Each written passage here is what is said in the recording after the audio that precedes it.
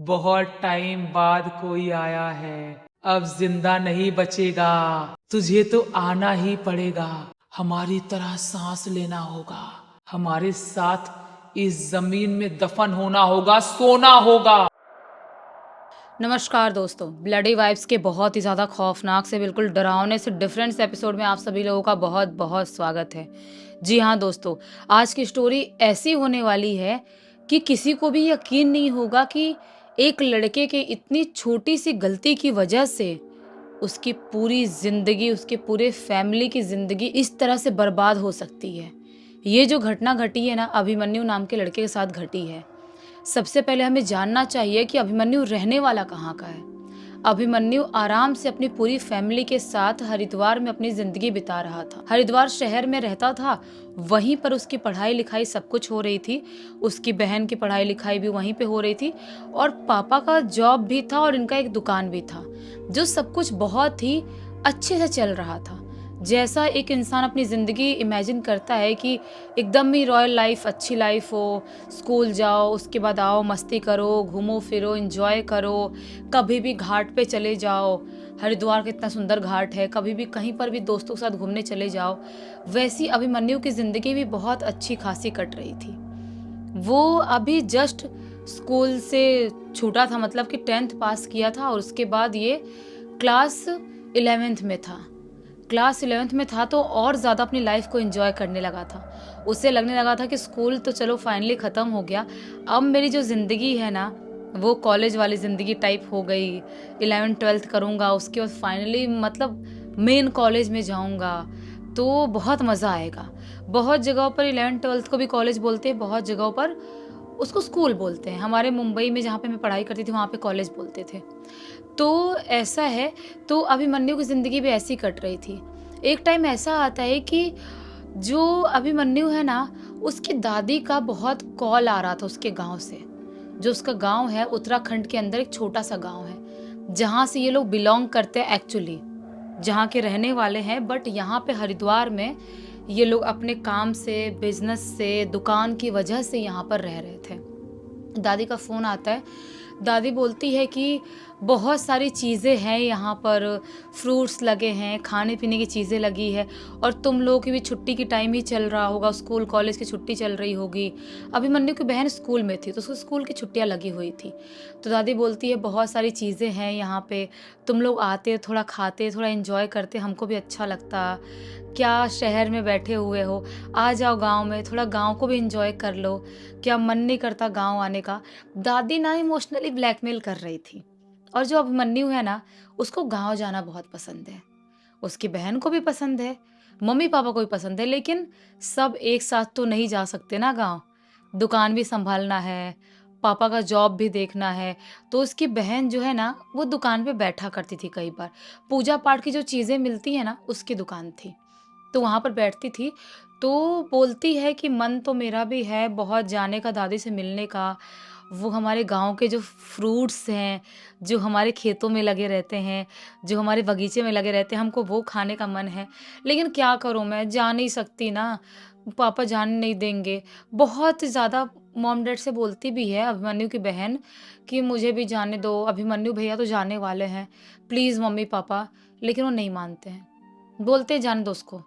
वैसे भी घूमता ही रहता है ना, इधर भी तो घूमता है छुट्टी-वुट्टी के टाइम पे।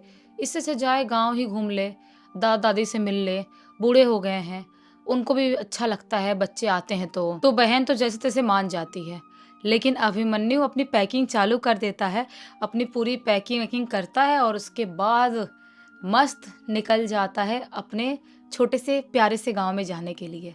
उत्तराखंड के जो गाँव हैं कितने सुंदर-सुंदर होते हैं, सबको पता है। जो लोग रहते हैं वहाँ पे उनको भी तो लगते ही होंगे, लेकिन स्पेशली जो बाहर से जाते हैं, उनको तो और सुंदर लगते हैं।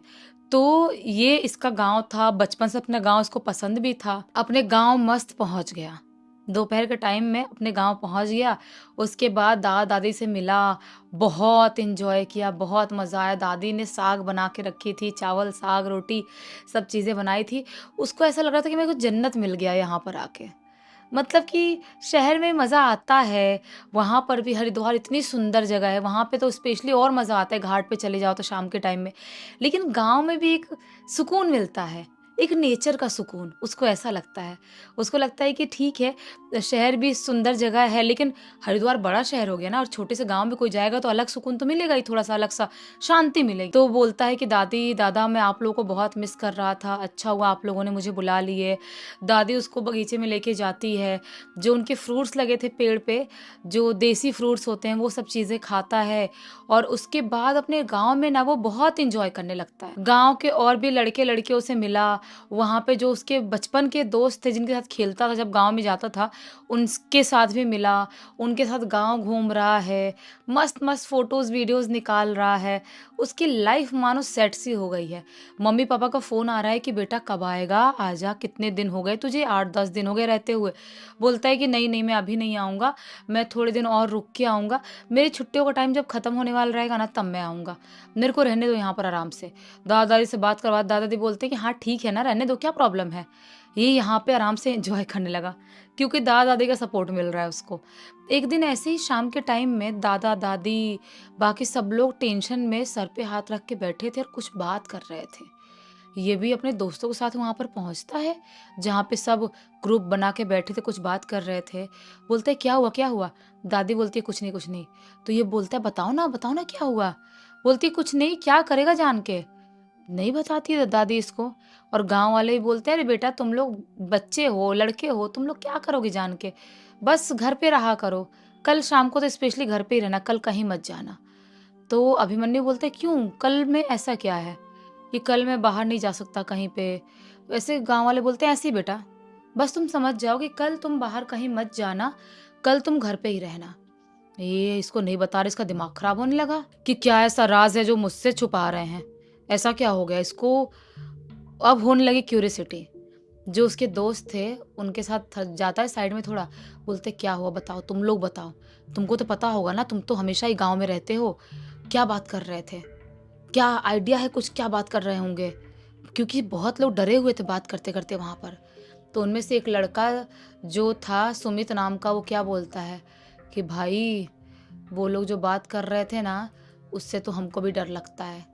अभिमन्यु बोलते, क्या डर लगता है? क्या बात कर रहे थे?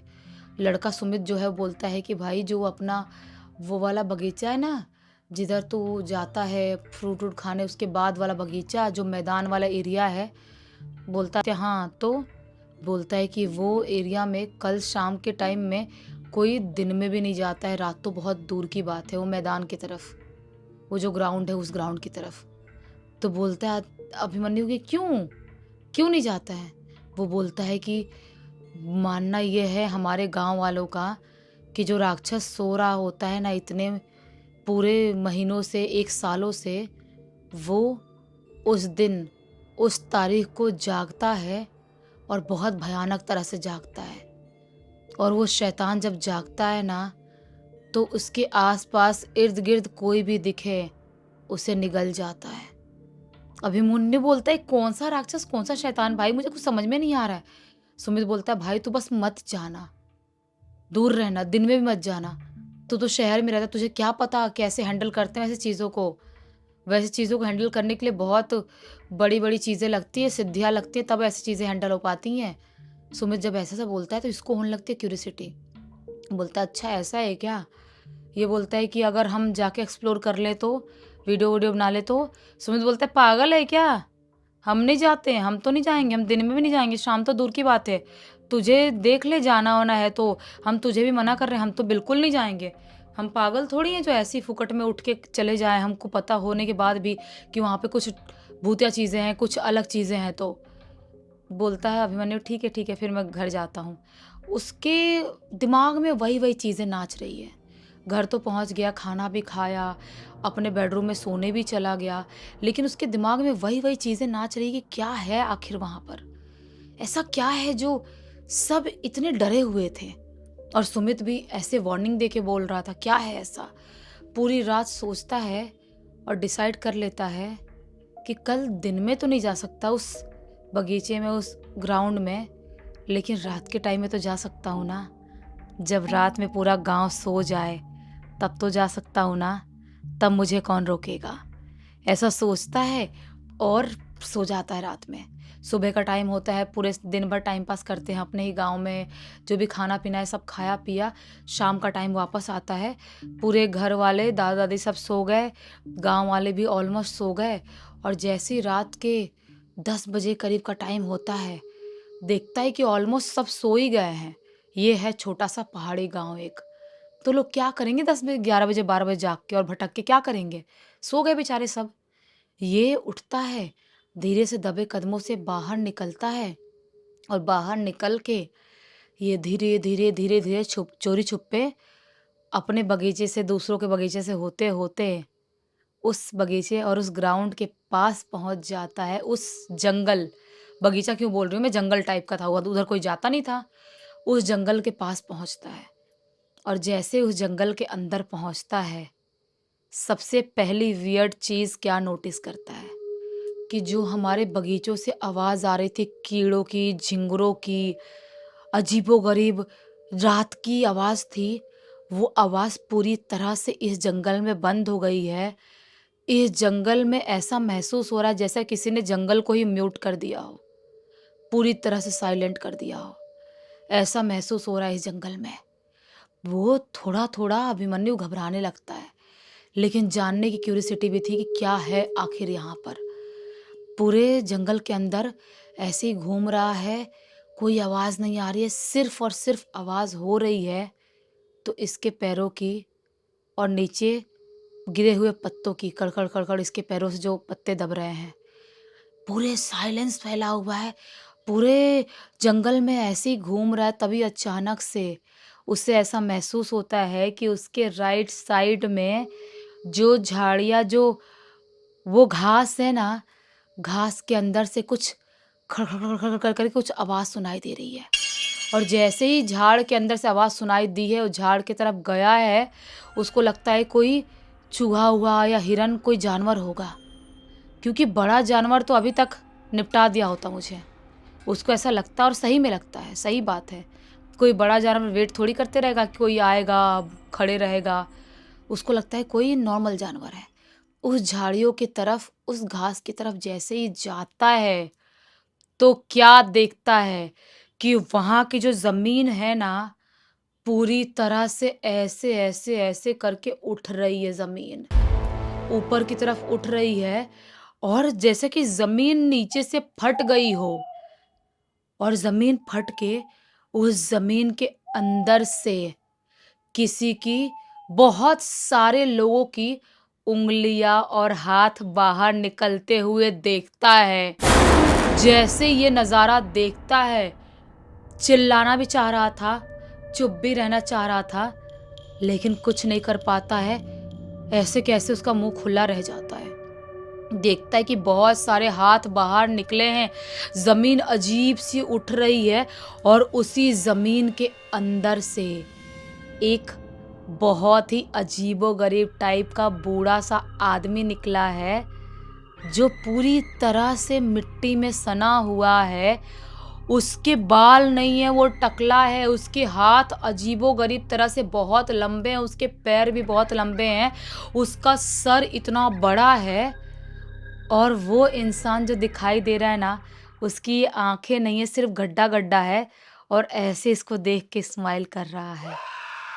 और जैसे ही ये वो उस चीज को देखता है, वो सिर्फ स्माइल करते हुए देखता है, और अचानक से देखता है कि वो मुझे सिर्फ घूर ही रहा है, कुछ बोल नहीं रहा है। अचानक से इसे कान में खुसफुसाने की आवाज सुनाई देती है।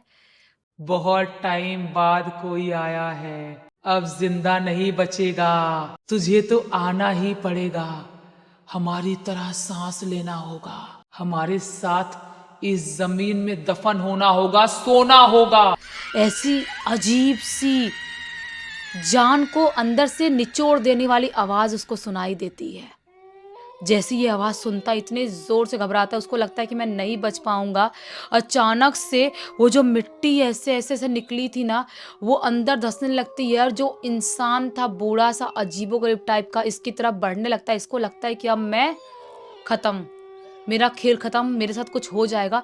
तभी अचानक से मन में केदारनाथ बाबा की याद करता है, और जय केदारनाथ बोलता है, जो उसने एक बार केदारनाथ गया था ना अपने घर वालों के साथ कुछ टाइम पहले ही, तो उसने वो वहाँ से रुद्राक्ष लिया था और रुद्राक्ष पहन के रखा था। वो रुद्राक्ष पकड़ता है और अपने सीने से लगाता है, जय बाबा केदारनाथ मुझे बचा लो, ऐसा बोलता है और वहाँ से आँख बंद किए किए भागना स्टार्ट करता है। भागते भागते भागते भागते अपने घर आता है और तो हड़बड़ाहट में दादी उठ जाती है क्योंकि आवाज़ इतनी क्रिएट हो गई थी। दादी उठती बोलती, कहाँ गया था, कहाँ गया था? ये बोलते हैं, नहीं नहीं नहीं दादी, कुछ नहीं कुछ नहीं। दादी बोलती, तू बहुत घबरा रहा है, बता कहाँ गया तू? तो अपनी दादी को A to Z सारी बात बता देता है। दादी बहुत डर जाती है, गंगा जल ला के छिड़कती है उसके ऊपर, बहुत शांत करने की कोशिश करती है, मंत्र पढ़ती है, अपने कुल देवता का वो बुलाती है, उनको रक्षा करने के लिए बोलती है। लेकिन पूरी रात बैठे बैठे दादी और पोते और दादा सब निकाल देते हैं। सुबह का टाइम होता है, सुबह के टाइम में गाँव में ये बात फैलती है, सुमित को भी पता चलता है, दादी दादा सब बताते हैं, कुल देवता के मंदिर भी लेके जाते हैं, पूजा पाठ भी करवाते हैं। लेकिन जो अभिमन्यु है ना, वो धीरे धीरे करके अजीब होने लगा। अजीब मतलब कैसे कि वो कुछ भी बोलता था, चिल्लाने लगता था कभी भी। जमीन जो है ना, कहीं पर भी उसके घर के बाहर या घर के अंदर जोर जोर से खोदने लगता था। बोलता था, मेरा टाइम आ गया है, मुझे जाना पड़ेगा, अब जाना होगा मुझे मुझे बुला रहे हैं सब मुझे बुला रहे हैं, मेरे कानों में आवाज आ रही है, सब मुझे बुला रहे हैं, ऐसा सब बोल के जमीन खोदने लगता था। घर वाले पूरे परेशान, दादा दादी घर वालों को बुलाते हैं, घर वालों को अब डर लगने लगता है। वो लोग हरिद्वार उसको वापस लेके जाते हैं, झाड़ फूक तो हो ही गया था, लेकिन हरिद्वार जाने के बाद 2-4 दिन अभिमन्यु ठीक रहता है। 2-4 दिन बाद अचानक से एक दिन बहुत जोर जोर से चीखने चिल्लाने लगता है और जो उसका घर था ना हरिद्वार का, उस घर के उसके रूम के बीचों बीच पता नहीं किस तरह से उसने बहुत बड़ा गड्ढा कर दिया और उसके अंदर घुसने की कोशिश करा। तब तक घर वालों ने देख लिए और अजीब सा उसका पूरा शरीर गर्म था, जैसे कि मानो पता नहीं कितनी डिग्री बुखार चढ़ गया हो उसको। घर वालों को समझ में नहीं आता कि कर क्या रहा है ये, अभी तो ठीक हो गया था, अभी क्या हो गया वापस से इसके साथ। उसको हॉस्पिटल में एडमिट करवाते हैं, हरिद्वार में ही। हॉस्पिटल में कुछ दिनों तक रहता है, लेकिन वहाँ पर भी ठीक नहीं होता है। हॉस्पिटल वाले बोलते हैं, क्या बीमारी है, क्या है, कुछ समझ में नहीं आ रहा है हमको। घर वालों को बोलते हैं कि आप घर पे ही ले जाओ या कोई दूसरे शहर बड़े हॉस्पिटल और लेके जाओ, हम क्या करें फिर। उसको घर लेके आते हैं, डेली कोई ना कोई बाबा तांत्रिक को बुला रहे हैं, झाड़ फूक करवा रहे हैं, लेकिन उसकी पागलपंती कम नहीं हो रही है। चीख रहा है, चिल्ला रहा है, पोजे जैसी हरकत कर रहा है। एक दिन आधी रात के टाइम में कुछ तो ऐसा होता है जिसके बारे में किसी को भनक नहीं थी। जब सुबह का टाइम होता है, घर वाले जो अभिमन्यु है उसका बेडरूम का दरवाज़ा नॉक करते हैं, वो दरवाज़ा नहीं खोलता। घर वाले बार बार नॉक करते हैं, दरवाज़ा नहीं खोलता है, तो फाइनली दरवाज़ा तोड़ा जाता है। और जब दरवाज़ा तोड़ते हैं ना, तो क्या पाते हैं कि उसने अपने बेडरूम की टाइल तोड़ के उसके अंदर की ज़मीन खोद डाला है। उनका घर था प्रॉपर नीचे, ग्राउंड फ्लोर पे घर था, ज़मीन खोद डाला है और अभिमन्यु कहीं है ही नहीं। सिर्फ वहाँ पे एक है तो गड्ढा, गड्ढे के अलावा कुछ नहीं है। उसके बाद वो लोग अभिमन्यु को हर जगह ढूंढते हैं, हर जगह, कहाँ कहाँ नहीं ढूंढे, लेकिन अभिमन्यु कहीं नहीं मिला। आज बहुत साल हो गए हैं, अभिमन्यु का कोई पता नहीं है कि वो कहाँ है, कहाँ चला गया। आज भी घर वाले ढूंढ रहे हैं। सोचो मतलब कैसे कैसे कांड हो जाते हैं। ये जो पूरी पूरी घटना ने, इसकी जानकारी खुद ब खुद सुमित ने लिख के भेजा, बोला कि भाई क्या हुआ उसके साथ किसी को पता ही नहीं चल रहा आज तक। आपको क्या लगता है कि क्या अभिमन्यु नहीं गया हो तो उस जंगल में तो जिंदा बच जाता? मुझे तो लगता है शायद बच जाता। ऐसी हरकत कभी भी अनजाने में भी नहीं करनी चाहिए, जानबूझ तो बहुत दूर की बात है। बस यहीं पर इस घटना को, इस कहानी को ख़त्म करते हैं। अभी तक देख लिया हो तो लाइक ज़रूर करना, चैनल को सब्सक्राइब कर देना, बेल आइकन दबा के ऑल पे क्लिक कर देना, ताकि जब भी ऐसी वीडियोज़ लेके आए सबसे पहले आप लोग पास पहुँचे। चलिए कल वापस से मिलते हैं, तब तक के लिए बहुत बहुत धन्यवाद।